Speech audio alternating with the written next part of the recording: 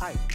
Mustard on the beat, ho, Debo, any rap nigga, he a free throw, man down, call her Amber Lambs, tell him breathe, bro, nail a nigga to the cross, he walk around like Tizo. What's up with these jabroni ass niggas trying to see Compton? The industry can hate me, fuck them all and they mama. How many options you really got? I mean, it's too many options. I'm finna pass on this body, I'm John Stockton. Beat your ass and hide the Bible if God watches. Sometimes you gotta pop out and show niggas. Certified boogie man, I'm the one that up to school with him. Walk him down whole time, I know he got some hoe in him. Pull on him, extort shit, bully the floor on him. Say Drake, I hear you like I'm young. You better not ever go to cell block 1. To any bitch that talk to him and they in love, just make sure you hide your little sister from him. They tell me Chubb's the only one that get your hand-me-downs and party at the party playing with his nose now. And Baca got a weird case, why is he around? Certified lover boys, certified pedophiles. Wop, wop, wop, wop, wop. That fuck him up. Wop, wop, wop, wop, wop. I'ma do my stuff. Why you trolling like a bitch? Ain't you tired? Trying to strike a chord and it's probably a minor. Fuck my whole intro up. That hurt my ears. But, hi everybody. Have you? No, they haven't. Groundbreaking, recent developments that nobody else has heard. New shit. Nobody else talking Exclusive. about it. Fucking banana. Yeah, fucking drop one of clues. Clues on the other side of this. I don't know. We haven't heard clues. What Clue had to say since that dropped. But hello all. Hello to the good people. Welcome to JADA's breakdown of this beef. The entire episode is dedicated to deep dives surrounding this here battle between two behemoths. I don't know the whole thing. I mean, like, y'all have discussed enough. There's no more angles to cover. But being completely facetious. We're aware, and just wanted to get it out the way. We've all been saying the same shit. We'll get around to it. Other than that, hello. How are you guys doing? How have you been since the last episode? Go ahead and tell us right now. Let me hear it. Y'all could say that. Checking out y'all. How you doing? We wouldn't be able to see it until like a week or two from now anyway. That's how therapy works. Like, how you doing this week? We check in week to week. I just you just gotta sprinkle sometimes. Like, it's niggas' actuals like jobs. It's like it's a career. It's a method on top or under. Wherever you want to put the method at, it's in the mix. I don't know if it's the bowl, if it's the fucking thing, if it's the actual ingredients. I don't really know where it fits, but just know it's in that motherfucker. Absolutely. The methodology, the pathology. It makes you think of, have you watched American Fiction? Fuck yes. My pathology. Me and Monk is the same nigga. Same frustrations. Jeffrey Wright as always. Same lack of hair follicles. All of it. That's, if I could write, that'd be me. I just don't write. Right. Well, not yet. You might. You never know. Put me in some writers' rooms. I got some ideas. Yeah. I feel like every time I put like I said, I say this every week, but we just have said a lot of shit over the course of these years. When I be putting that fucking archive shit on Instagram, I was like, hey, niggas done got some thoughts off. I said, we done said some shit. Drake has ghostwriters, so, you can have help too and still be successful, right? I don't even know how to, jump headfirst into that whole thing. So they're beefing, guys. It's happened. It's reached would this be a fever pitch at this point? Because I don't even know how to fucking gauge this battle. I was almost not giving a fuck for a while. We've got somebody dropped a timeline. It's literally everything I see. I have to the point where I follow geek shit, and there's anime shit. The anime niggas are drawing fucking. I've seen so many Naruto shits, edits, fucking Dragon Ball Z edits, completely original drawings. These niggas have made their own panels. They sat there and drew it of fucking Drake and Kendrick doing kung fu. So what the fuck is the breakdown? Which one? So like that happens. Oh, the Drake timeline. Drake does push-ups, and Drake does TaylorMade. I wasn't really a big TaylorMade fan. Not just because the AI, I just didn't think like it sounded that great, but for the AI shit and him doing the little talking to Drake, that happened. I mean, talking to Kendrick, that happened. I feel like he was trying to do what Kendrick does, and he showed that he doesn't do it very well. Yeah, then He did it so terribly that they made him take it down. Then Kendrick does the Euphoria shit, big deal. Then we get Family Matters. Mm-hmm. We get the Kendrick shots. There's infidelity from his wife was said in the song. Violence was said in the song. Lots of children. Lots of your kid might not be your kid said in the song. Then he took shots at everybody else. So, he still had to do his 20v1 thing. And, he shot. He did his, the boyed it. And you couldn't even really sit on that long. Because, 40 minutes later, but somewhere between 30 and 40 minutes later, we get Meet the Grams, which is like a fucking, some fucking sinister discussion to the entire family. A timestamp for Adonis when he grows up so he can go, back and have some guidance. We get a good talking to Drake's dad about his lack of fatherhood skills. We get a good talking to Drake's mom about the menace that is her son. We get talked to directly to Aubrey. We get a mystery kid, potentially. These are all allegations. Nobody knows. And people just keep saying the daughter thing. He said, there's a bunch out there. Like, Drake was just out here just like wheelchair Jimmy was just rolling through that coochie at the beginning of his career, which, you never know, it could happen. So there's that. If you gonna lie with a little bit of accuracy. Yeah, that's my only thing about that. About to swing back to that. Mad sex offender bars. Mad sexual violence bars to the entire group, to the whole OVO, which he then follows up with They Not Like Us, the other vaginal option. That's a bar. OVO. And he's given a bop. Niggas is crip walking, crumping, clown dance, all across California. So I don't know anymore. It's vicious attacks. Only thing is Drake can get out of it I feel like if these allegations aren't true. At least the daughter thing. I don't know if he beating the young. There's a lot of young proof out there. A lot of weird young interactions that I feel like that one might stick, unfortunately, for him. I think it depends on how he moves. Because, I mean, the whole certified lover, I think it's brilliant to kind of use it against him to the point to where it fucks up his image. Because we know Drake was trying to fuck moms out here. So like kids that's your fan. He was out here dating their moms, which is cool, but you also call yourself certified lover boy and messing with all these Instagram baddies, so to speak, which most of them are under 26, so it doesn't help. Yeah, he got a lot of wayward dick stories. Yeah. There's a lot of wayward dicking it. Not to say that that's unusual for hip hop people, but it just, the way they describe it now, it makes Drake's look like nastier work. Like him and Lil Wayne stuff.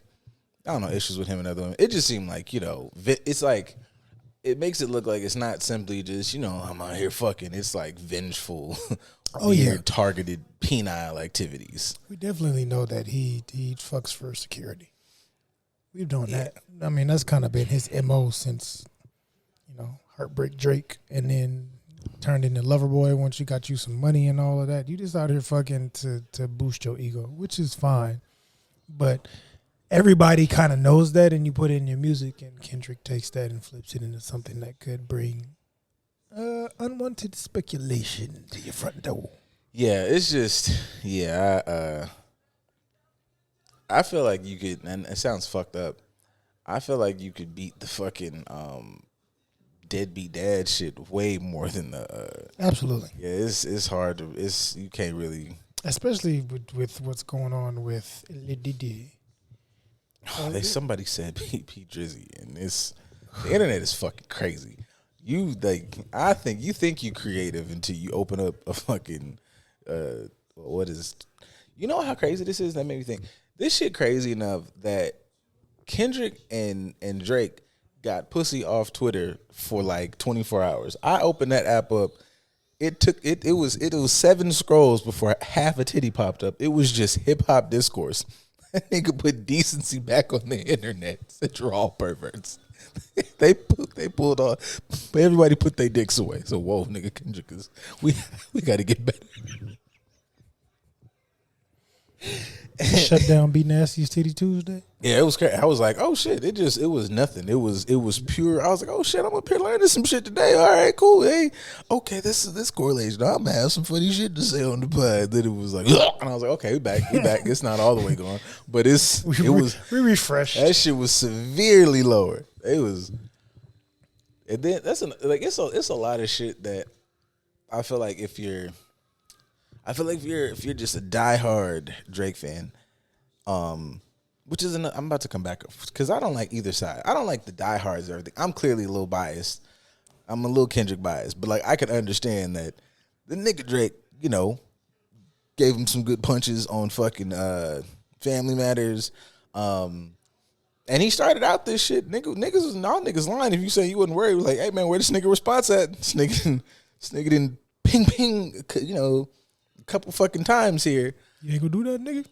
Yeah, like, you know, but also you can't tell a nigga like, you know, you the boogeyman, hurry up and come out, and that nigga show up, and now everybody it's not even cool, bro. Like, what the fuck is he saying? And that's my little guilty pleasure. I don't know any of these streamer people's names, all of them. Like I got no fucking like RDC World and shit, but it's a few of the like the diehard Drake niggas that have like the TikToks are learning me, are having like full-fledged meltdowns. I'm not gonna lie. That's my favorite. That's been my favorite thing. I've been watching that shit so much for like the past 48 hours because they like it's like they family member got fucked up, and like I get it, celebrities can be your heroes, and I know some of these niggas is young, but it does make me think just a tad.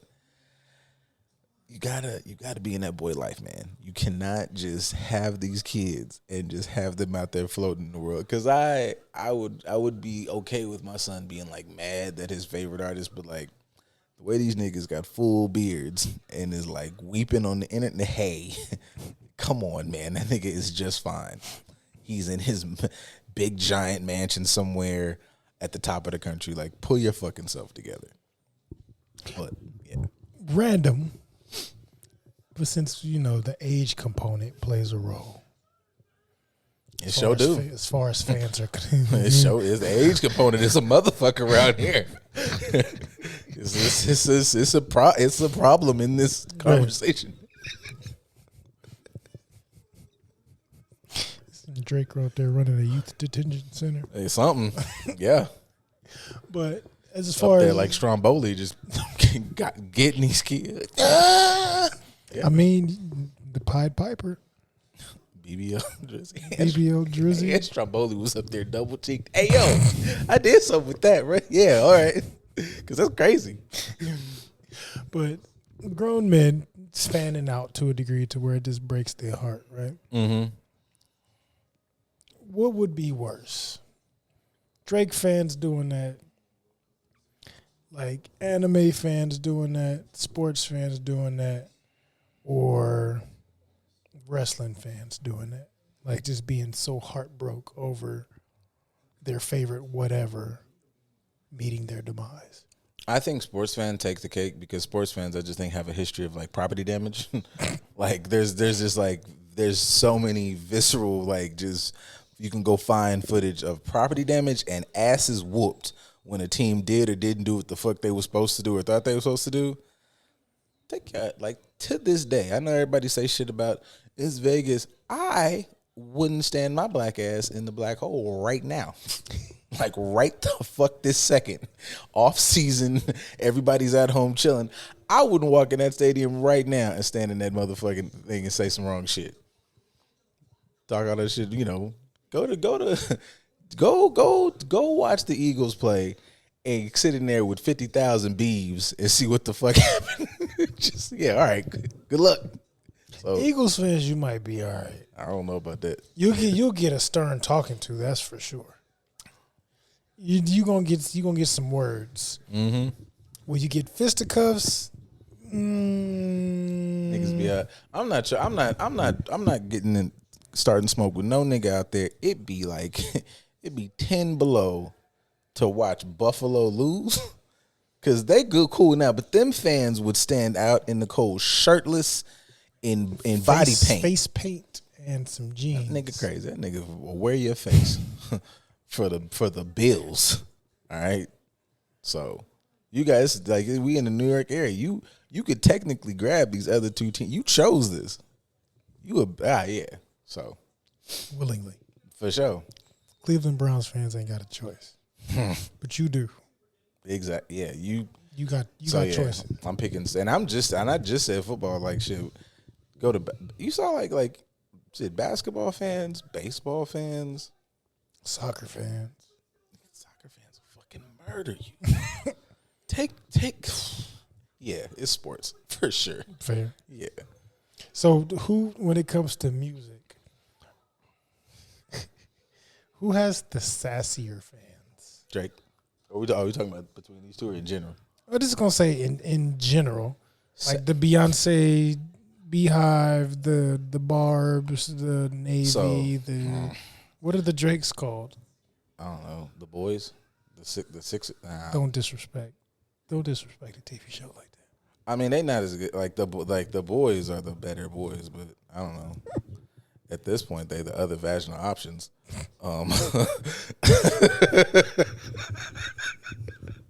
Shit, it's tough being them. I say this, they dedicated because Drake done probably started arguments because I know you more dedicated to Drake than you are to me. You wasn't here with the boy. Drake is better ever, man. Me and the boys. But yeah,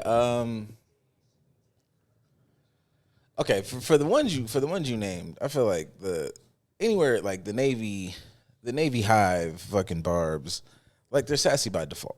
Like besides like women, you're not gonna out sass a gay man.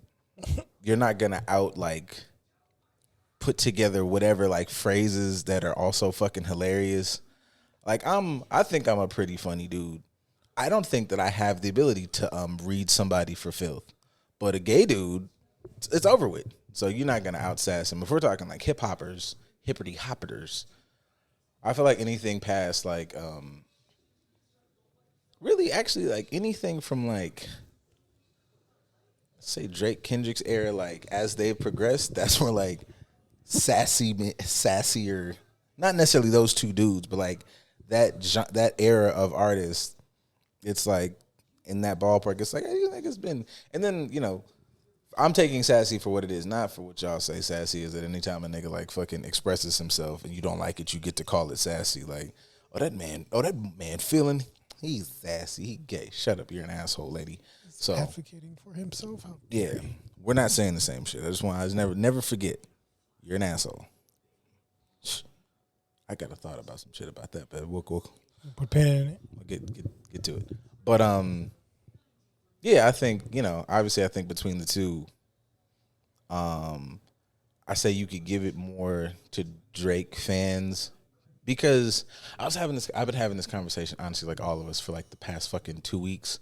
So it's just we were all fucking CNN hip hop experts, and basically like the conversation being around.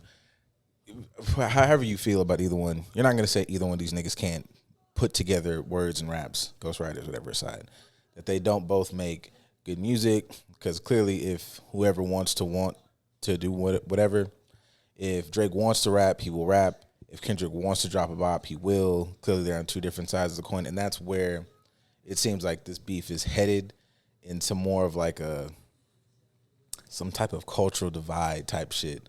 I feel really weird talking about this like it's fucking like we're about to head into the 17th Ninja War and it's gonna really affect our fucking lives. It's not, but we're here now. And that being the real like discourse between the two, and to tie it back to like the sassiness shit, they both talk about emotions. They both talk about how they feel. I want to say I said that shit here before. Like that when you hear like some of the Drake shit, it kind of puts you in a frame of mind of like, yes, man, there's an emotion there, but like this is like some well thought out stuff. This is, you being a little spicy because like, your ego's a little bruised, and now, you taking pot shots at women for like really pot shotty reasons. Not that I'm not even somebody to say you can't say anything to them. No, that's a woman. You can't. If she's wrong, you tell her she's fucking wrong. You do that. But I feel like that's where this like conversation is. Like Kendrick's pulling you're a culture vulture card, you're a colonizer card, you're not good for the community type cards, and that's where this battle conversation is like leaning or falling into.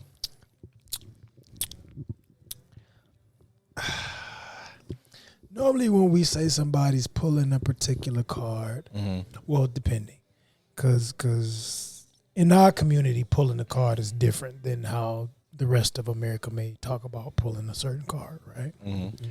Pulling a race card versus pulling somebody's whole card is two totally different situations as far as what they mean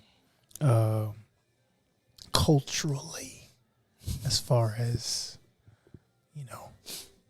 how we speak. But we typically say somebody's pulling a card when it's like a false accusation, right? Like white people say that you're pulling a race card if they're trying to say that what you're saying is false, it's not true, and deflect away from whatever the true meaning is to make it, discredit what you're saying. Mm-hmm. And you're referencing that Kendrick is pulling all these cards. But are they really cards if there's a lot of validity to them? I would say so. I think that's what makes it kind of a touchy subject, is because you can argue validity to these points. And that's what makes me see sometimes, like when you see some of the discourse back and forth, like when you see like, there was something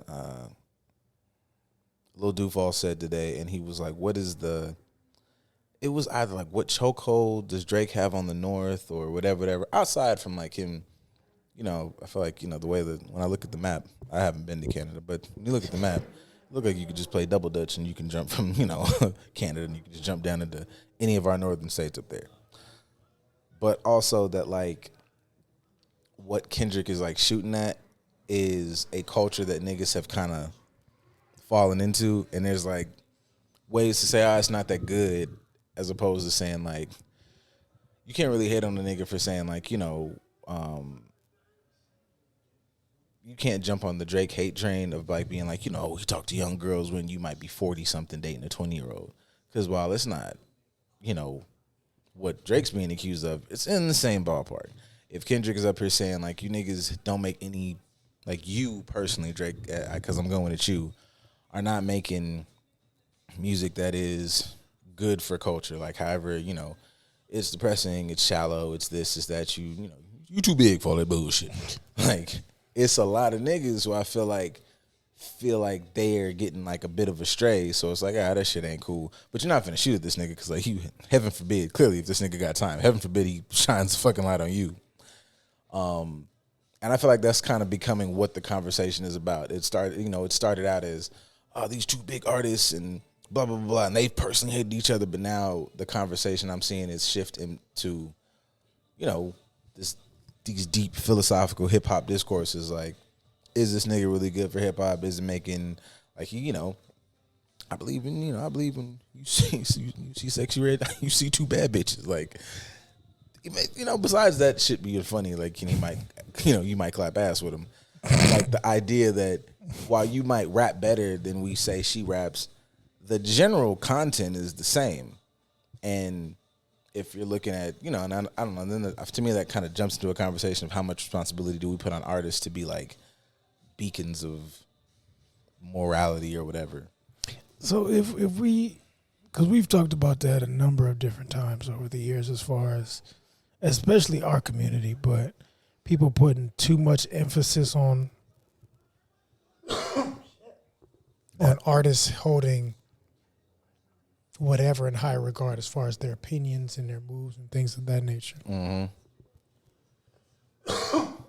We dying. Oh, I died just a little bit.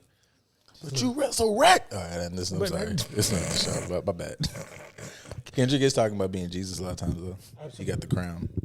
But if we put so much emphasis on these artists and how much influence they have on what we're saying, right? We put too much on them for that.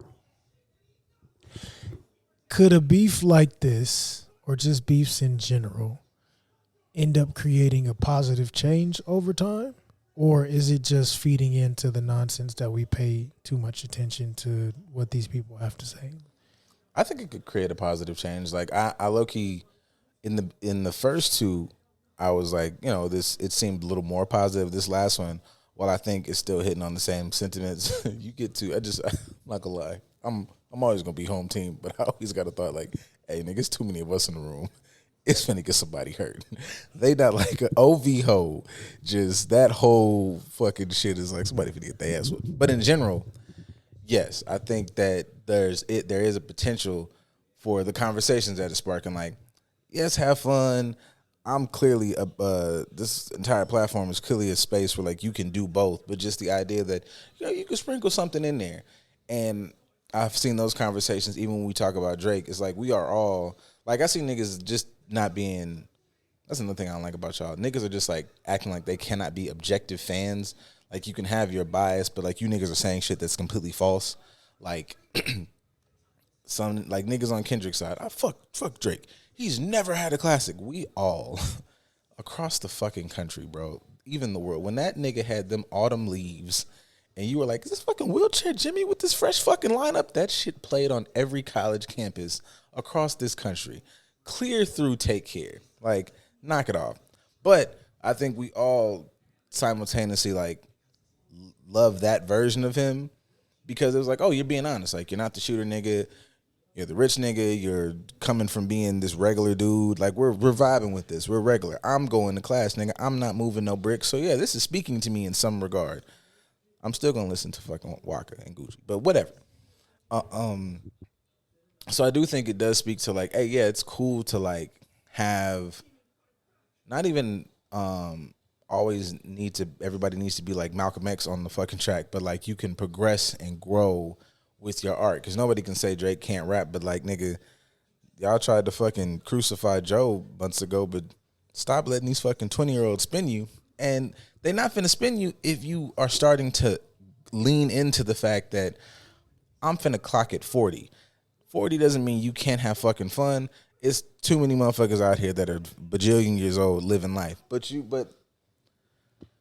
you're also not 20. And that shit looks fucking weird. And it makes it for a situation where you can have a nigga like, Kendrick sit up there and be able to draw parallels between y'all. Like, I definitely had, my fun bullshit records, but I'm growing and blah, blah, blah.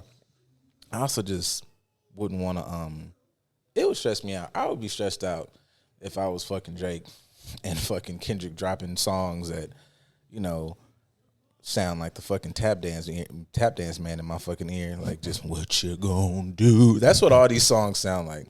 That nigga drop fucking Meet the Grams, and it just sound like that nigga walking up the stairs and them.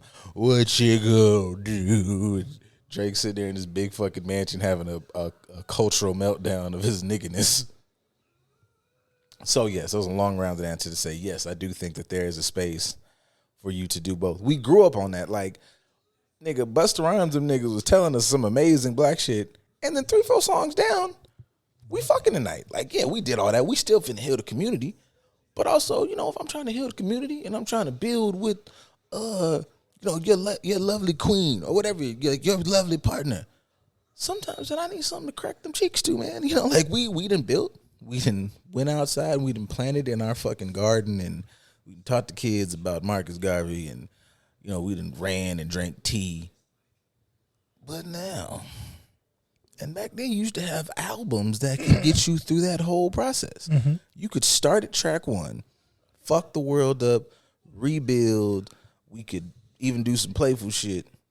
And then somewhere around track 14, 15, and 16,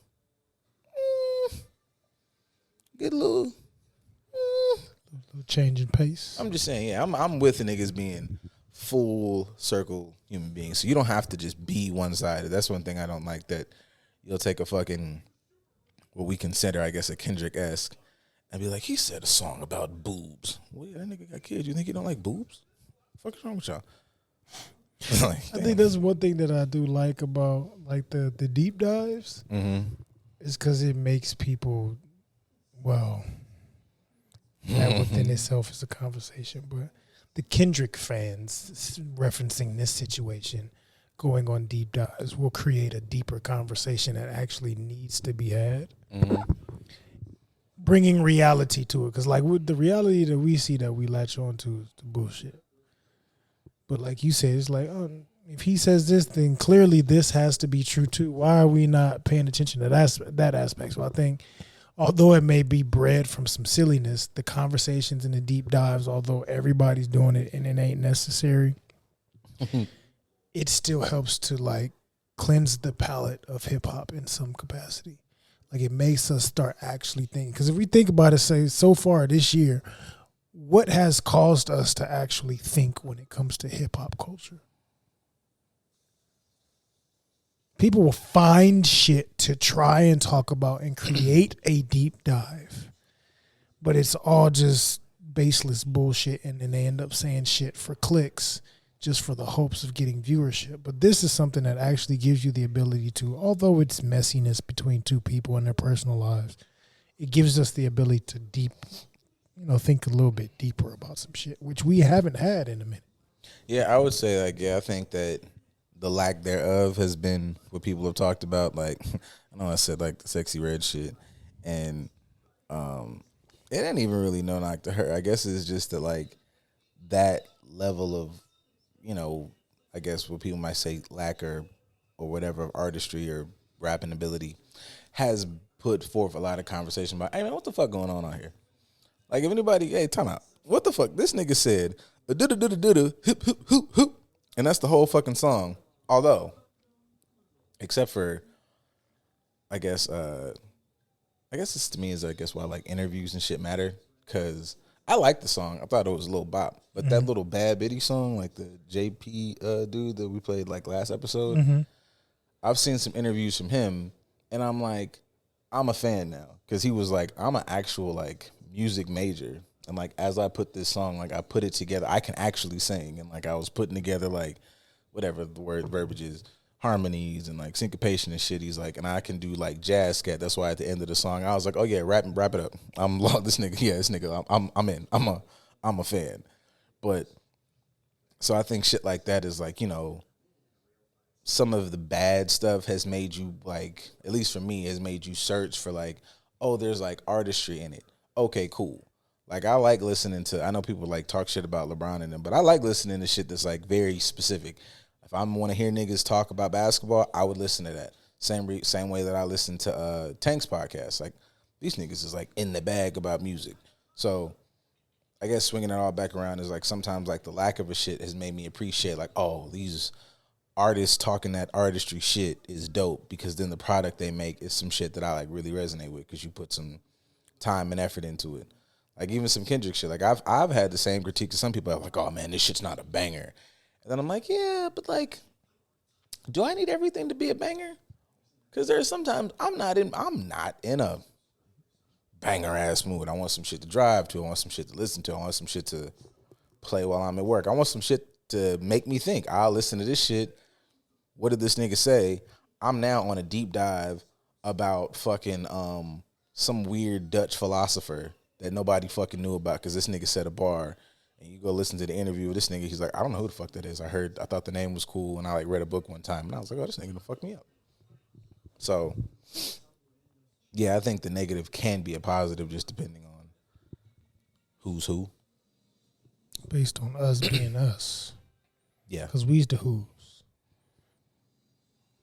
Shout out to the Who. Realistically. Band. Oh.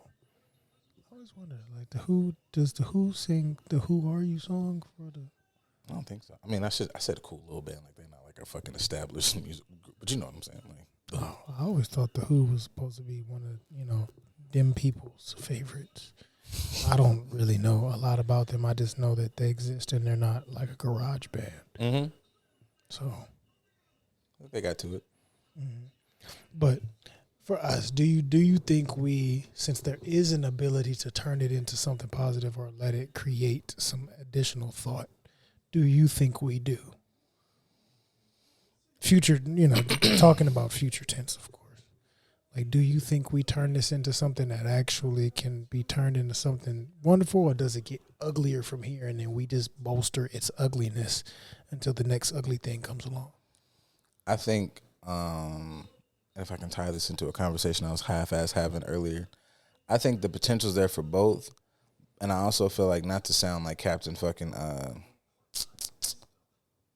not to sound condescending or anything, but it will do good things for who it's meant to do good things for as well. Like, I think in mass, there will definitely be a conversation around, like, hip-hop. I think between these two, I think the best thing is that, unless it gets super crazy, like, it pushes you to be like, this is going to be a hip-hop discourse, even though it's gotten real messy. Because, say if we're paralleling it to some of the past beefs, them niggas always had, like, street ties. So you always are worried about, and it got really hyper-focused on, oh, when they see that nigga, it's finna beat this motherfucker. I have, still at the back of my mind, you still can't account for, like, accomplices and shit, but I don't see this being, like, a violent thing. So it still sounds it's messy, but it's hip-hop. So it makes you focus more on the hip-hop aspect, what they're saying, what's good, what's bad. Even if you disagree, you're having all these back and forth conversations.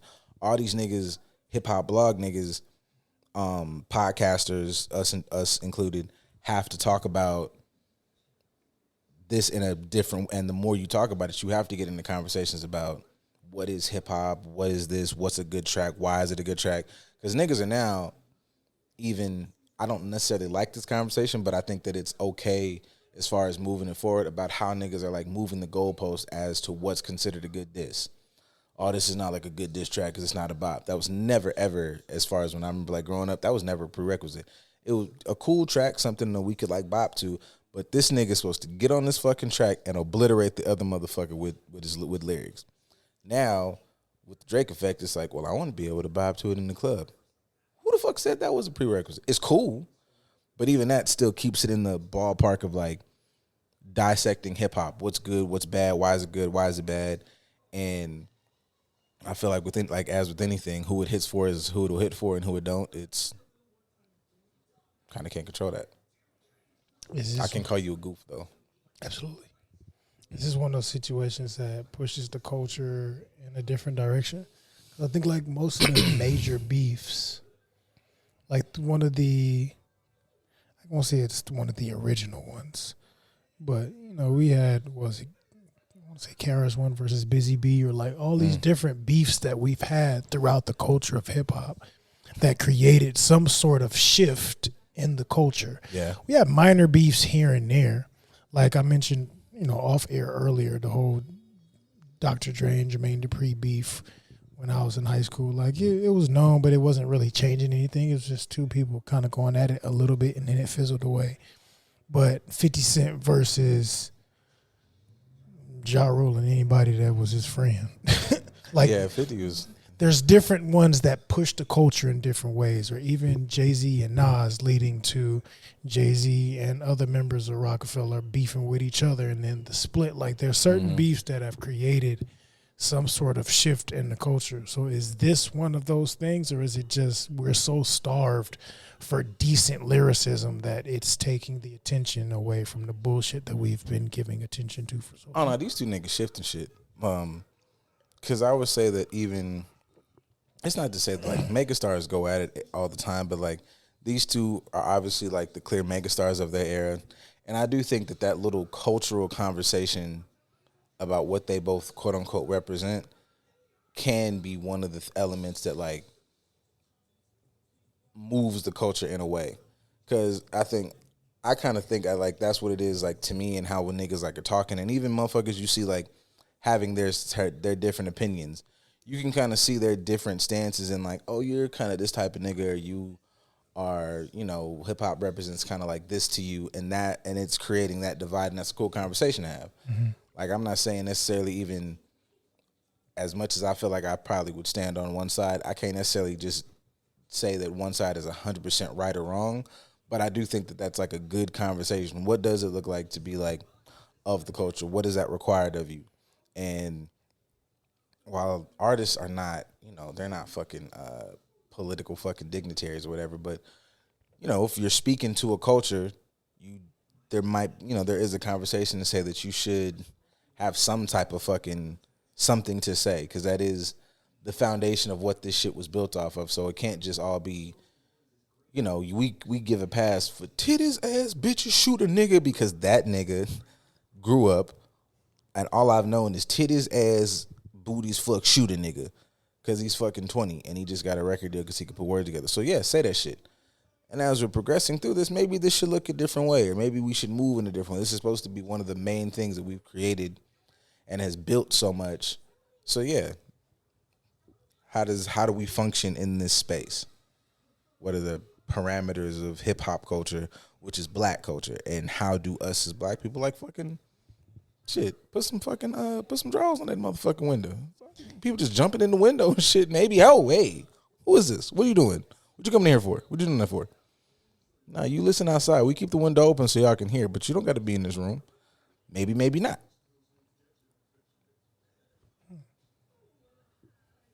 So yeah, I think it would progress, or has the potential to progress the culture in one way or another. Even if it's not them two niggas, somebody somewhere seeing this, talking about this, thinking about this is gonna do something from this. Yeah, so it makes me think of like the opposite. Like things have the ability to shift the culture or progress it, right? That's moving things forward positively. In what ways could it regress the culture? Oh shit. The way it always does. It gets violent, niggas get beside themselves, and bullshit happens. Even like I made the joke of these motherfuckers like crying on the internet or whatever, but like they're taking this very emotionally. Like it is my goat, my God has fallen from the tower in the 6. The greatest Drake. I have, what's a good movie with a dramatic fall? Not fucking Mufasa, because I'm not, Mufasa's untouchable. What a dramatic fall from grace? Yeah, I'm trying to think of what's the last time a motherfucker like fell off a tower and like just died dramatically. But anyways, that's how they're taking it. I was gonna say, well, that may be a little bit darker. I was gonna say Iron Claw. The whole family had moments of being on top and suicide. That's cool. I mean, that's a little dark, but that could ride. So it's like seeing motherfuckers like, and that makes me think of it in a way of what was that fucking Stan-ish, like that fucking Eminem Stan. Yeah, that shit. Yeah. Like motherfuckers really like, yo, like I've really, patterned my life after whatever I thought this person represented. And, not to just shit on him, like, he's a whole human being, a regular dude, whatever, like biggest artist, blah, blah, blah, is, meets these people and however motherfuckers say culture vultures, even if he met them, said high five and dipped out, I'm on your stream, I'm whatever, and like they really identify with dog. So if he fucking crashes out, and because of we're, taking it outside of hip hop and we're doing me sounding like an old man Neanderthal, you niggas don't know how to fight and take no L's. So if you've never, really dealt with that, this might have been the wheelchair Jimmy dude, didn't live that life. He's given you, music over the years, but you've never truly experienced like some of that rough and tough shit, which, might borderline on what you might consider toxic masculinity or, building character. I'm a little on the building character side, depending how you depends how you do it. So if you have that like feeling towards it, then yeah, this is devastating. This ruins your fucking life, and who knows how you fucking react to that. How do you shit? Now I'm not even saying like the big shit of you become like some pariah online because you do some heinous shit in the community. You could just be a piece of shit in your life. Like you start being shitty to your partners. You start being shitty to people who you think represent the kindredness, and now it's some backlash on, woke and Hotepi niggas. On me? Yeah. What you like, these, it could cause like this divide because now there is like really like racial conversations, a lot more biracial conversations online. Kendrick's validity because his wife's biracial. Like, it's a lot more that it's jumped into, when I think the conversation more so is about a nigga's experience and his, culture. But it has jumped straight into that is parallel to whiteness and parallel to your background, and it's making a bigger conversation, especially when you see some of these vlog dudes and hip hop dudes that are talking about hip hop are not black people. Right. So it's feeding into a lot more of, racial topics, and it can be powder cakeish. Like, there's definitely a flip side where this shit just goes tits the fuck up. So essentially, like, with a lot of the shit that we say, especially when it comes to the field that we're in, the direction that this pushes the culture comes from the perception of the people more so than the actual words that are being said on these tracks. Hell yeah. Because even the like biracial conversations only are getting brought into the sphere because people misinterpreted lyrics. Mm. People having initially the colorism conversation, and, the Drake stands or Kendrick is corny for participating in colorism and this, that, and the other. And it's like, he never said anything about colorism. He's talking about you being biracial and appropriating a culture that you don't know anything about, or you only using it when it benefits you. Mm-hmm. That's not colorism. I'm saying you're appropriating. But the topic is appropriation, but how the people perceived it was colorism, and that took it in a different direction, which created a conversation. Good that it creates a conversation, but it's creating the wrong conversation about the wrong thing. So essentially, how things move forward is up to us, not necessarily up to them and what they're doing and saying to each other. Well, no, yeah, it's up to everybody to kind of determine what conversations they want to have or what this sparks in them. Because even the biracial conversation, like I know we've had this on here a few times, but it has sparked that how pro-black can Kendrick be, not procreating, because essentially, like, the greatest aspect of being pro-black is procreating and creating like life and community and family with a black woman or black man. And by Kendrick, procreating with somebody who is not a full black woman, it brings into question from the perspective of like colorism and culture. Because I've even heard that, like, how culturally can she identify? And I was like, well, if I'm being, trying to balance both of those thoughts, it's like, I've been together since like high school. Really? So if she's, I'm assuming I don't know his wife like that. I'm not gonna lie. I'm a fan, but I'm not a fan enough to where I've like delved into like the man's personal life like that. I always assume him and fucking J. Cole live in the forest when they're not rapping. So I don't know what J. Cole wife look like. But right. Long and short of it, I think that's a good thing of those two personalities. Yeah. So I guess like my thought is like because I don't know anybody who's like, you don't have a school in or area in California where you're not gonna run across some biracial people. So right. In my mind, I don't know if she's half white or like half Latino, and what that speaks to of if they're in high school, they're in Compton, she's lived a black experience from a mixed perspective. So I guess it's taken a lot of leeway that woman doesn't have any identification with the community. But I can understand, like, from a full black woman's perspective or full black man's perspective, like, I don't know. I don't know. Then I go back and forth about how much I'm holding accountable a man who made a choice in his teens to stick it out and clearly goes through all the stuff he talked about in Mr. Morale and the Big Steppers. And does that cheapen the growth he's had over the course? Like, I'm sticking it out with this person who I love, who I've been with, but I also might have gone through some challenges as I'm going on this more cultural journey of like, what does my blackness look like? I don't know that. I don't know this nigga. And now I'm like speculating in a deep, deep speculative zone.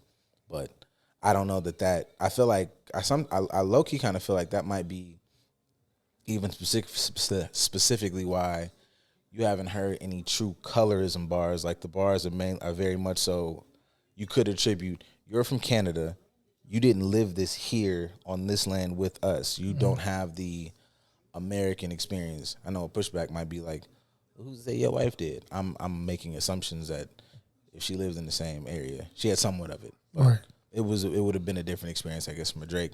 And I find that to be that. Not to mention when you look at Drake's like what he said in the song. Like, we jumping culture to culture, kind of latching on to those who are popping in said cultures in their areas, using those sounds, so on and so forth. So, I don't know. But I don't know I think that's a decent conversation to have. So niggas can like have, because I feel like those conversations springboard you, fuck these two individuals in hip hop. This is now a conversation just culturally, period, about some shit about us. What does gatekeeping look like? I don't think we do no gatekeeping at all. So at least now we could discuss building the fucking gate. Now, is it 5 feet? Is it 10 feet? Is there barbed wire on that motherfucker? Like, let's talk about the gates we use now. We didn't even think about that shit. It's interesting because, like, this conversation comes up in this beef, which is a conversation we need to have for sure. More deeply and more intellectually, as opposed to just spewing the shit that we feel in the moment. But at least we're starting to have that conversation. But we don't have it as in-depth when it comes to other entertainment industries. Like, say, if we talk about the whole biracial situation and how do you benefit the community or not? How do you benefit the culture or not? We could take that to the conversation that went quick and fizzled out when it came to Steph Curry and the whole Good Times cartoon. I ain't watching that shit. I ain't watched it either, but his name is on it, and he's biracial. And we know that his wife, right? So, or how do we have the appropriation conversation? We had it, and it kind of fizzled out when it came to the Travis Kelce haircut and Taylor Swift during the Super Bowl shit. Like, we have these conversations in doses very quickly, and then they fizzle out, and we don't dive deeper into them. But something about rap makes us talk about these things a little bit more, but we only scratch the surface. We don't really dive deeper into it. So, like, what would it take for us to actually have these conversations from a real depth standpoint to where we can create a positive change? In my clinical opinion, not be so pussy, I think that we have these conversations in doses because there's always the fear of what is the backlash. And I'm not saying that, like, that's not a legitimate fear, but I'm just saying, like, you can't do anything without dealing with the pushback of something. Hip hop, we get more talk about it because hip hop, we do a lot of, like, hip hop is ours.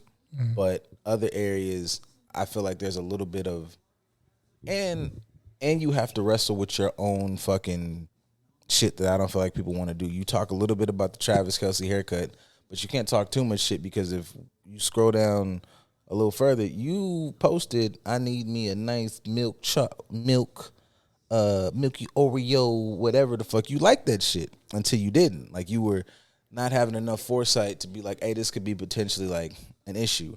What was the other example you just used? Steph Curry in Good Times. Steph Curry in the Good Times shit. Niggas don't want to, because even like Slink Johnson, I understood his remarks when it like it first came out and everybody was giving shit about it. It was like, you know, we don't get opportunities. We always quick to fucking, you know, tear each other down. And there's truth in those statements. And so we kind of like, I don't like using weaponized. Everybody always says that stupid shit.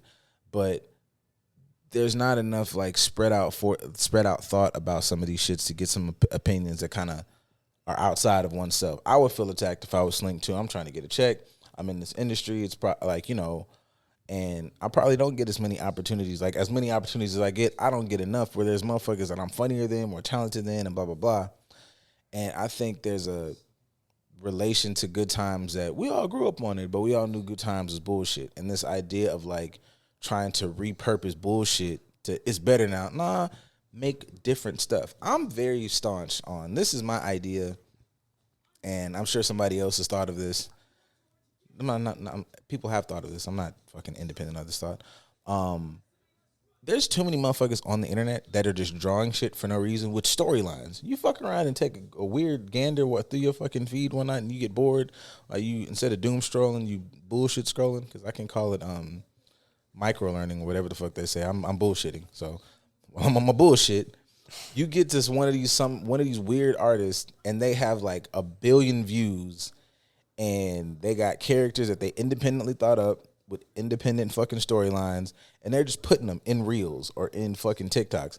Get that motherfucker some money and take that other bullshit off, and then use black people to vote. Because one, there's not enough black motherfuckers just in fucking fantasy and space. Y'all gonna tell me it's tentacles, head motherfuckers, and a bunch of white people in the Star Wars, and it's 3 niggas. Shut up. So I think that we connect too much to things for bullshit reasons and don't know what to like take away from, because that we feel like we like are shitting on somebody or shitting on some old school stuff, and like a scarcity mindset. I might not ever get this opportunity again. You know, niggas say that shit, we gonna make it, but they don't really like do that. And I don't know all the barriers because I'm not in TV yet. But I do feel like there's a bit of hesitation with most things that get into the racial space. The common denominator is fear of what the other side will do or take away from you, and not really having a full-fledged infrastructure to be like, we'll do it ourselves and do it to a degree that we like, and also rely on ourselves to make sure that it's successful. Right. Oh, that's good, man. Y'all doing real good. How many episodes did you watch? Y'all doing good, though. All right. Your man's been writing this comic, and we've all shit. I've felt that your man's is a comedian or a fucking has trying to build a show, or a nigga rap or whatever. You don't listen to one song. And that shit's free. You just click that shit and play. Or y'all cleaning your house on Sunday and, you know, scarring your lungs, mixing fucking bleach like your mama used to. I'm speaking to myself too. My mama did that. That's why I had no eyebrows one day. I think it's like, as I've already established, like the how it gets pushed is kind of up to us. I think that the battle between fandom, and not the Kendrick freaky ass nigga fandom, but fandom and like your lizard brain and the other parts of your brain that are controlling rational thought and whatnot.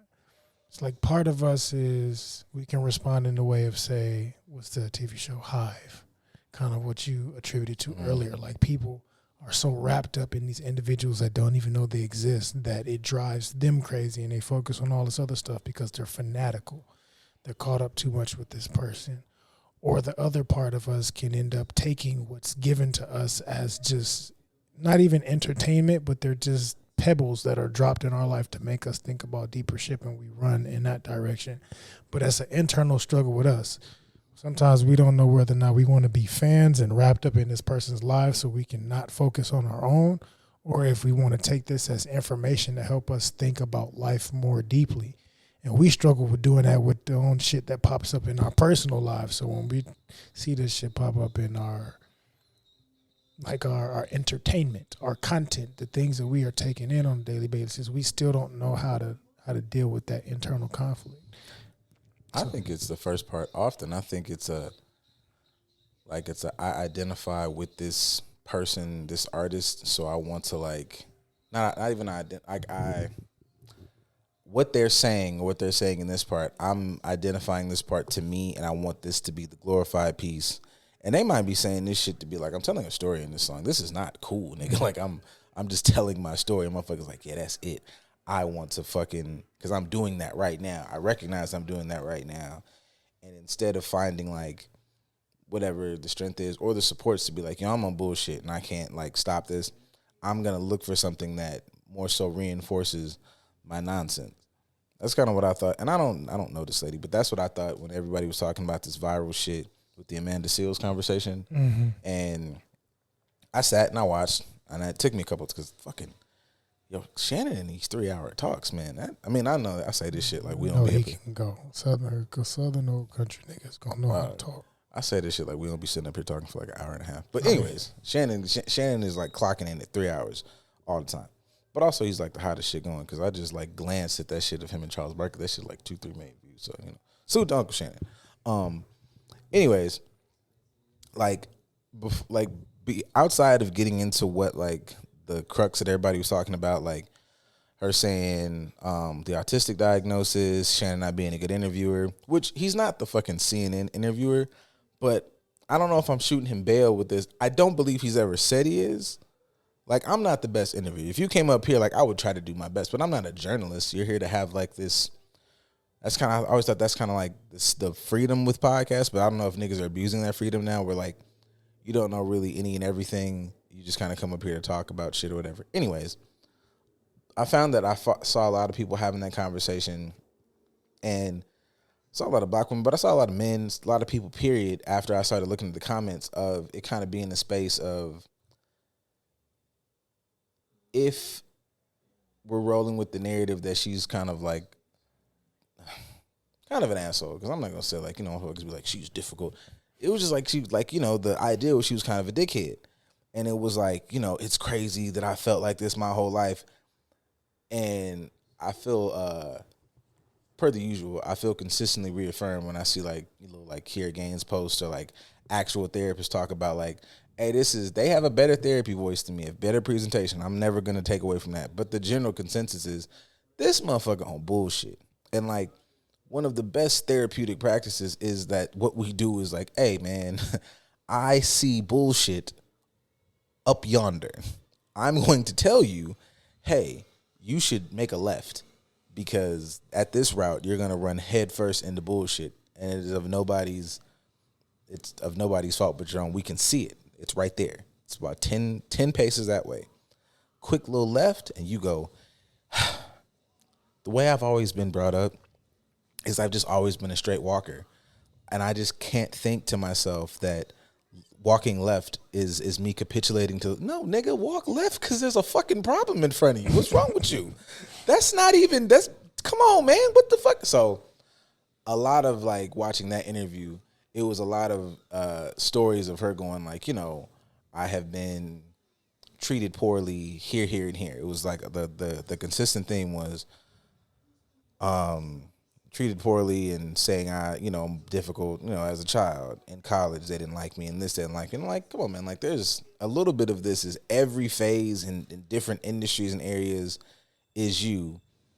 It's a little dangerous to say that, like, you're autistic when you haven't been diagnosed. And I just want everybody to know, I am still, like, I consider myself still novice-like, because as you work, you still just get better. Do y'all know, like, what that entails to, like, with anything? Like, we don't just throw diagnoses at you. There's a series of tests and evaluations and assessments that go on. So I just am sensitive to that personally, just because, like, I've sat and worked with a lot of these people. I've worked with a lot of young black women that have these diagnoses. So walking around saying that shit as a way to kind of, like, sidestep being held responsible for your behaviors and relationships with people is some fucked up shit. Yeah. So I was tying all that fucking long-winded way to say that, like, a lot of people, like, do that shit as fans, like, oh, this person represents the horse shit that I do, and I want to identify with them so that I can feel validated and being a complete fucking abscess on society, as opposed to just, like, not being a dickhead. Right. I mean, that's to keep it mental healthy. It's just you expressing basically how we have these unhealthy, codependent, enmeshed attachments to our content and to our entertainment, to the point to where we don't know how to take accountability for our own personalities. And that's the stereotypes of each fan group is going to look and be a particular way. That's just because people are so drawn to holding on. Like, say we've talked about the Greek world a lot. Kappa's got to present themselves a certain way. Loose shoulders, baby. The bros got to present themselves a certain way. Deltas present themselves a certain way. AKAs present themselves a certain way. Like, we as a people, as a culture, and as a society are so codependent on these things, these titles, these whatevers that we find interest in, that we lose sight of ourselves, and then we don't know how to govern ourselves either. So when something around that implodes, we implode as well, even though it doesn't really have shit to do with us. There's no reason for me as a grown man to be crying because Drake is getting his ass handed to him. I'm on YouTube literally crying or just whining because somebody's losing a rap battle that doesn't even know I exist. Now, granted, I know a lot of people do shit for the sake of clicks, and they do shit for the sake of getting notoriety and views and all this other stuff, which brings them attention, and hopefully they can monetize it and make some money off of it. That's cool, but that's still you being wrapped up in the identity that I'm a content creator, so I have to do shit that doesn't even really resonate with me. I'm doing things and responding in a certain way that's going to get this. At what point do we sit and have conversations authentically about and with ourselves?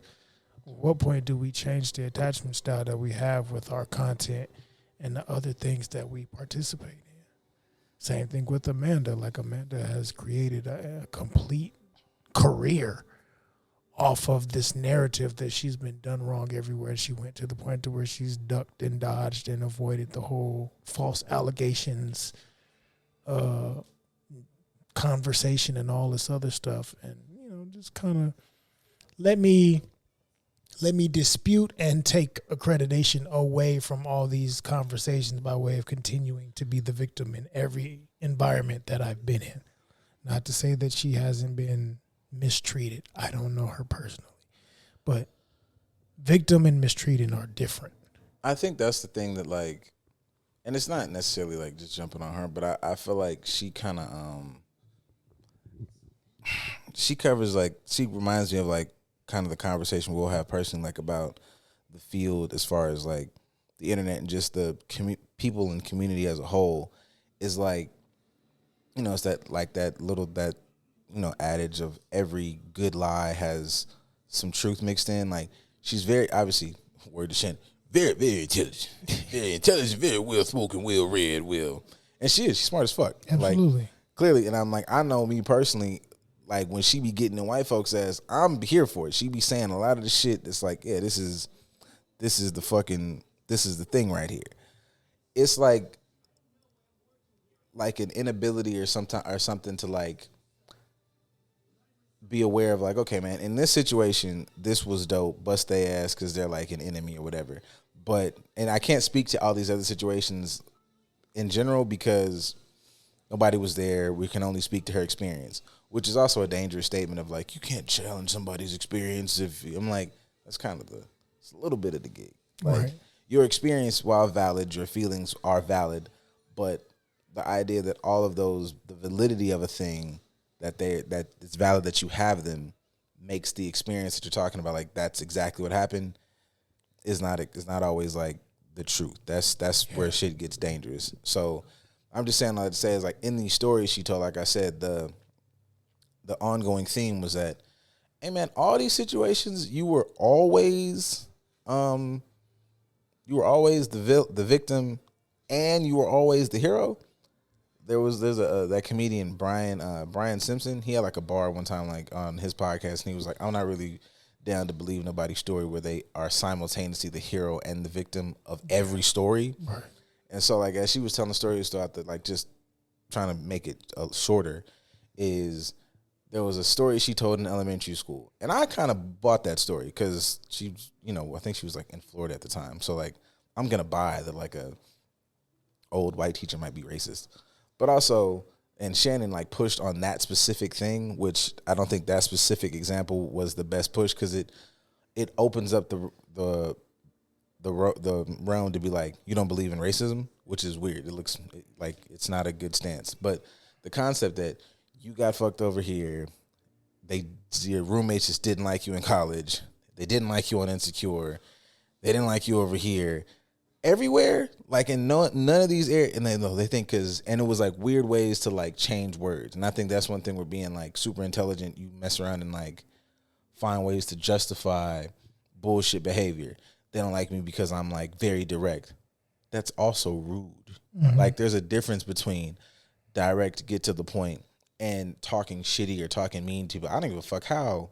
And, like, you know, you don't have to be the nicest person, but also understand that you're choosing not to be a fucking nice person, and not that needs to be, like, I'm saying nice and kind. Like, I'm not saying, like, be some capitulating fucking yes sir, and using all those things. I just think she's very smart as a way to kind of, like, mask certain things. Like, something in here, dog, is you. Right. I can't say this from just an interview watching what it all completely is, but the amount of people but paralleling that to people online who are like, yes, this is what my experience has been. It's like, you're a fucking asshole.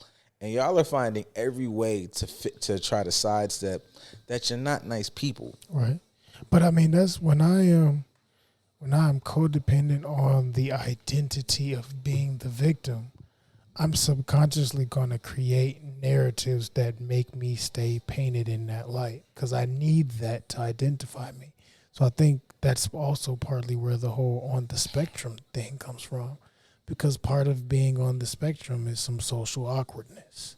Yeah. So if I can say that I'm on the spectrum and use that to my advantage, then I can utilize me being an asshole as that's not my fault. Sometimes people just misunderstand me because I'm on the spectrum and so on and so forth, when really it's like, no, I'm using this narrative because I'm codependent on this over here, when the reality is I don't want to be accountable to paying attention to how I affect people. I'd rather just give them the sole responsibility of paying attention to how they affect me. And I felt like that was kind of nasty work. And it made me think a little bit like of it made me think Kanye-ish. Like it started like it starts to sound very like, you know, again, you can't just fucking armchair diagnose people. Mm-hmm. And y'all have fucking butchered this fucking word. But it was a little narcissistic. Like when I hear things like that, there's a part where my ears perk up, and I'm like, I ain't finna sit up here and do the whole shit like in front of you. But like in my mind, I'm like, you know, you should maybe like just keep that in the back of your mind, like that there might be some like tendencies like that, because it just is so much, you know, elevated sense of self type stuff. Everybody's out to get you. The focus is always you. You have always been correct. It is on them to understand you because they're not understanding you. Representing I'm doing my right. And the circumstances enable that, at least speaking for her, because a lot of her platform is political and racial stuff. So it takes the thing that is really her weakness on a personal note that she avoids accountability for changing and turns it into a strength. So then it confuses the people. The people, those taking in the content, I don't know if how she is or how she's presenting is a good thing or a bad thing, because it's good over here when you're talking about lighting a fire under the ass of this political group, or it's good when you're advocating for something cultural or racial to light a fire under these people and their ass. But it's a negative thing because I'm not putting a fire underneath my own ass. I'm just shifting all the attention in directions that will keep me looking and being the same way. Yeah. So I don't know, yo. Y'all can tell us what y'all think as far as like, how do these beefs push the culture, or do they regress them? And like, which aspects of us do you think are going to get the most attention? Aspects of us that need to grow and can take this information and use it to build off of, or the parts of us that are going to look at the situation and say, I identify with this person, so I'm mad, and this person's response, you know, just the enabling. I think you, at least in my head, I think there's it might not be either or. It's Both hand. Yeah, like you push through I identify with this person, and you have to kind of either, you know, you zip through that thought pretty fast on your own. You're like, oh, you know what, this, and this. Or you introduce that to somebody, and whether you choose to or don't choose to, you buckle up for, you know, you finna be out there swinging for the fences for a while. Because, well, I don't think so with that, because Kendrick would never. And it's like, no, man. Like, if we're, you know, because I know I've been up here kicking Drake's back in, but no, you know, the nigga said he was outside stepping around. You know, I'm not making that a good or bad thing, and I'm not condoning domestic. But it's like, if we're doing the time frame, if I'm my most immature self in my early latter teens, my life experience is to jump straight into, because shit, post Section 80, like, we kind of just jump straight into the forefront of hip hop from the jump. I'm getting the microphone and getting blessed on stage from like my idols and shit. I'm on all these super tours. So per anybody in the industry, it's not an excuse to just, I feel like it's a true tried and true experience. I'm going through some of these emotional developments ass backwards, if at all. So yeah, the idea that I run into these negative things that he's talking about could be very fucking true. If I'm out fucking, like it's, God, this is somebody could make this really funny. Like it's not far fetched to think that fucking if you are Kendrick, you out, ruling the world, that you get hit with a Lance, kind of a Lance Harper situation. You know what I'm saying? Like, I know what the fuck you doing out there on the road, and there's nothing as endearing as a forehead kiss. You know what I'm saying, nigga? Like, my queen, my earth. Like, you never know. You never know. But that doesn't take away from the nigga being the nigga who made Mr. Morale, the nigga who might have grown from that. So I think you could run into somebody going like if I'm using that specific example that I made, you go, oh, I can't believe he did that. Nah, let's look at this in full force. Like, if you really fuck with this nigga, you don't fuck with what he did. But if we're assuming they've progressed through that shit, and we're using your artist for parallels of like life, yeah, I can grow through my nigga. Don't do those fucking actions. But there's something you doing that you tripped and fell and fucked up on, and as opposed to maybe taking an Amanda Seales-esque approach, allegedly you're assuming, and it's nobody else's fault, and they didn't fucking, you go, you know what? I was out here fucking around, and this is a direct response to the reactions that I've created. So now I need to go about changing myself and my approaches and my this so that I can move in a more positive fashion in whatever way that looks like. And, the same could be said for Aubrey. I don't know how this is going to work out, but, if you just came out and said, I love my daughter, nigga, and I didn't really want y'all niggas in. I don't know if that's a true thing, though, but could have been. So I feel like that's my adult take. Fair. Let us know. This is a random question in my mind that kind of goes with the conversation.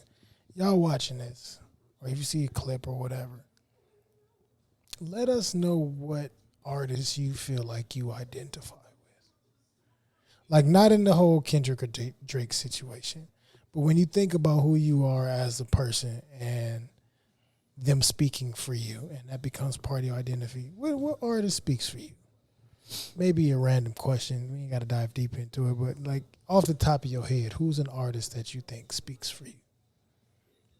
Not to say you be a fan, but it's like this person. I want the answers because I'm interested in the truths, and I'm interested in the bullshit. I want to see where y'all are at. I want to see how self-aware everybody is. You don't tell me no lies about you. And I won't tell you no truths about you. Yeah, don't tell no lies. Don't tell me no. Don't say no lies about me. And I feel like I'm Beyonce in another part of my life. Like, she just speaks to me so much. Motherfuckers really good there. Know that you are. Shut up. That ain't got nothing to do with you. You ain't got none of that. Like, you can get there, but you know good and fucking well ain't a drop of energy in that song that you produce on a regular basis. Hey, shut the fuck up. I don't give a fuck. I don't give a fuck how many times you take a picture of this sunset with that song behind. That shit is turmoil in this house. Walking that house, and it's the motherfucker goop nigga from Fern Gully in there. I'm back. That's what's you gotta clear that shit the fuck out. Ain't no sage gonna get that nigga up out that house. Yeah, let us know. Let us know your real answer. Well, you can let us know your real answer and or your bullshit answer.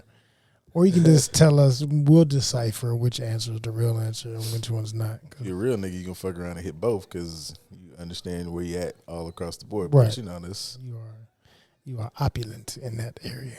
We had no questions, but I had like a conversation just to see if I can get into this. Fair enough.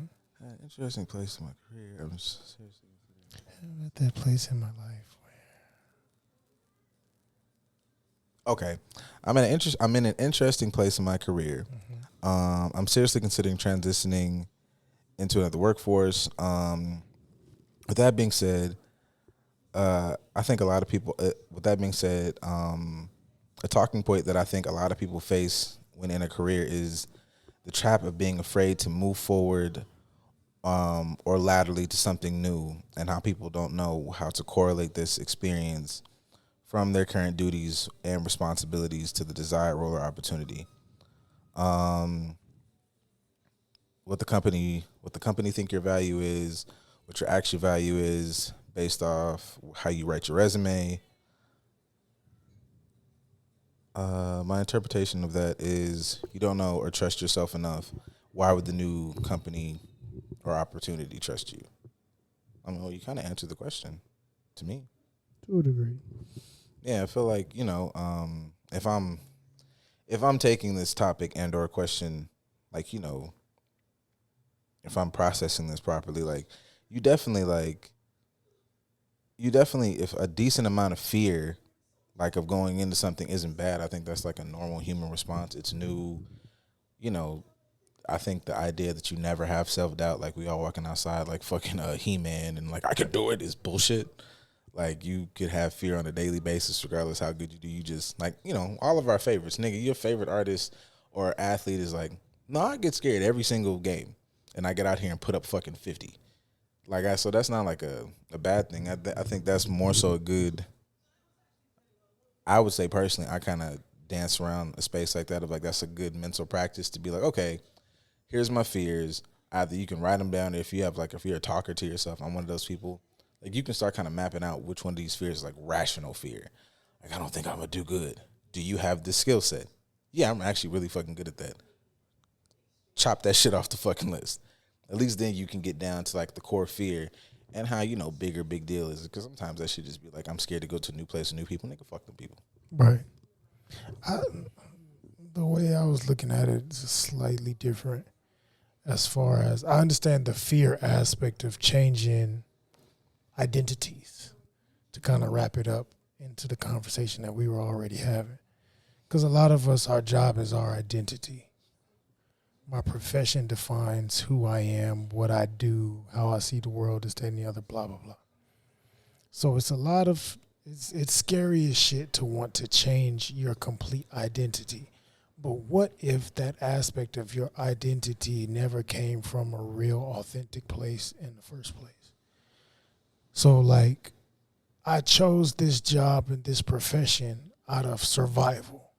Or I chose this job or profession out of the simple fact of I wanted it to be lucrative.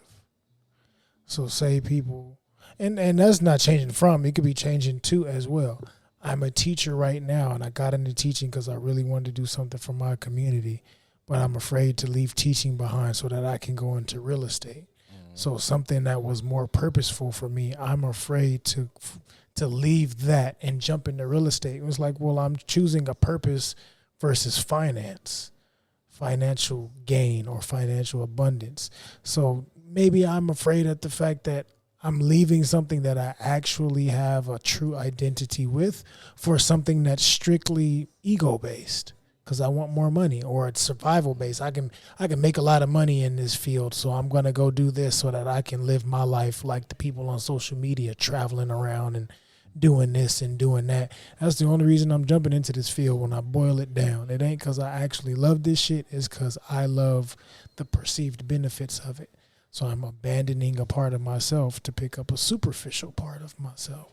That could be fearful or something to be afraid of as well. I don't know who I'm becoming and who I'm leaving behind. And I think it's up to us to really sit and have that aspect of the conversation. Remove the surface level shit as far as the profession or the field, and think of like, who am I leaving behind and who am I trying to become? And let me really see if that's in alignment with what I truly want and need in my life, or if I'm just going on some bullshit, superficial tangent, so to speak. Because you're going to end up doing that shit again if we're going to be honest. For sure. Life is long as fuck. So if you in your 40s and you've been a certain person since you were 28, you're going to change again when it comes to 65. So what do you do at that point? If I don't learn how to answer this question now, am I going to be able to answer it in a better way in 15 years when I decide I need another change? Or when it comes to your partners. We ain't talking about relationship shit today. Y'all welcome. Bust your ass next week. Right. But it's the same concept of that too. Yeah. Am I leaving a relationship because of a positive reason, or am I leaving it for a superficial reason? Am I attracted to this person or this type of relationship dynamic for a good reason or for a superficial? Like, it's boil it down to really wants and needs. What's some good relationships to leave on the cliffhanger? As far as a topic or a question? What y'all find out like niggas they potential to be let down? Yeah, I mean, we could talk about that. How that? niggas settle because they're waiting for potential. What's that other one? We said that one time. We cut the fucking cameras off last time. We forgot to talk about it. Oh, like the fucking, because we all seen this meme. But you know, the fucking just terror of being somebody's first good nigga. I know that sound arrogant, but like, you know, you like arrogance aside, like just knowing you and like the fucking the light bulb come on to be like, yo. Cause it's a couple shit that you be like sitting there like, oh shit, I feel good, man. I'm really nigga. That's your sign to just get cautious. Cause what you mean you ain't never? This is shit. Right. And that ties into the whole potential thing. It's like I can see, which I've been in this many a times. I see this person trying to change, and I don't want to be a dickhead just tossing them to the side because they're get not. The fuck up out of here, boy. My life. This nigga talk about I think it's a whole situation for a lot of men though, and we ain't got to get into it. We'll definitely get into it another time. With 20 up to, I live that life. Yeah, like I'm patiently waiting for you to actually come into the potential that you have, so you can be a decent partner to me. And that shit don't seem like it's coming fast enough. It's called insecurity, guys.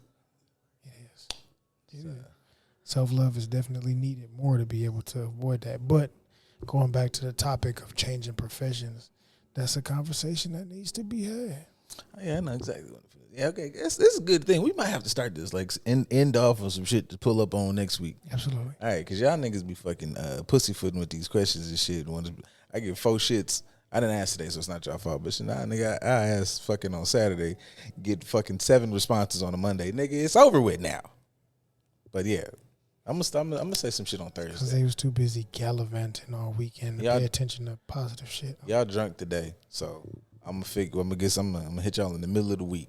I'm gonna just start bullying niggas. I mean, you can bully them while they drunk. Sometimes you might have to repost the same shit multiple times for they ass to get it. Y'all somewhere now. I'm gonna let y'all live. Y'all somewhere now letting somebody got their mouth open at the bottom of your ass and somebody pouring tequila down your crack. I'm proud of you though. That might be, what time is it? That might be in another couple hours. I seen some stories. These motherfuckers started early. No, they started drinking early for sure. Trying to get butt naked. Y'all don't got no jobs. That's another thing y'all be outside. Y'all don't go to work. No. What the fuck? You niggas be. A lot of them don't. They're entrepreneurs and content creators, right? Let me cut this shit. Let me cut this song. I need some peace in my life. Y'all making me sick. Or they do have jobs, but they on autopilot, and that's why they trying to think about which job they should leave and which new career they should jump into and how they feel about it. Because I've been on autopilot, drinking my life and sorrows away on the weekend. That's a bar. Happy Drinko de Mayo. Indeed. All right, man. We started off hot. I'm ending out smooth. Again, man, the TikToks is making me popping with the youngsters. I feel like I could go outside because somebody posted a video with this MKG nigga. MK.GEE. He's popping. He was on Jimmy Kimmel or some shit. Cool white boy. Got some little vibey shit. This is how I'm gonna get in the writer's room. Cause this song right here, this is the love song right here. Cause they fuck with each other. They didn't like kick the day in the house together, like vibing and shit. They know they really fucking with each other, but they don't know how to make the first move. This is the soundtrack to that. You know, they be looking at each other and they having like flashbacks throughout the day. It rained outside, so they had to come back inside and change clothes. So they got that real sexy lounge shit on. It's not like nasty. He got like little like sweatpants or some shit, no drawers. She got like a shirt of his and shit, and they giggling and shit. But now, you know, it's feverishly. It's getting into a fever pitch. The tension is fucking rising in this fucking, you know, living room, kitchen space. Nice little apartment. You know, she act like she cold. He like he tried to go grab some shit. Now he fell on top of her, and now it's like that heated like look. And now they start kissing and shit. And then like, you know, it's all that stupid kissing where motherfuckers kiss on each other and they act like they can't stop kissing to take their clothes off.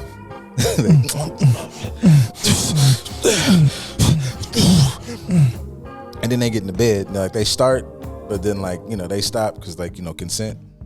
And then she get like a little aggressive, let them know like rock this fucking shit. And then, but the light in the bedroom is coming from outside. It got to be like some moon or some purples because it can't be red because this is not a fucking lust scene. It's a love scene. Well lit. Pay us. All right, see y'all next week. I did that.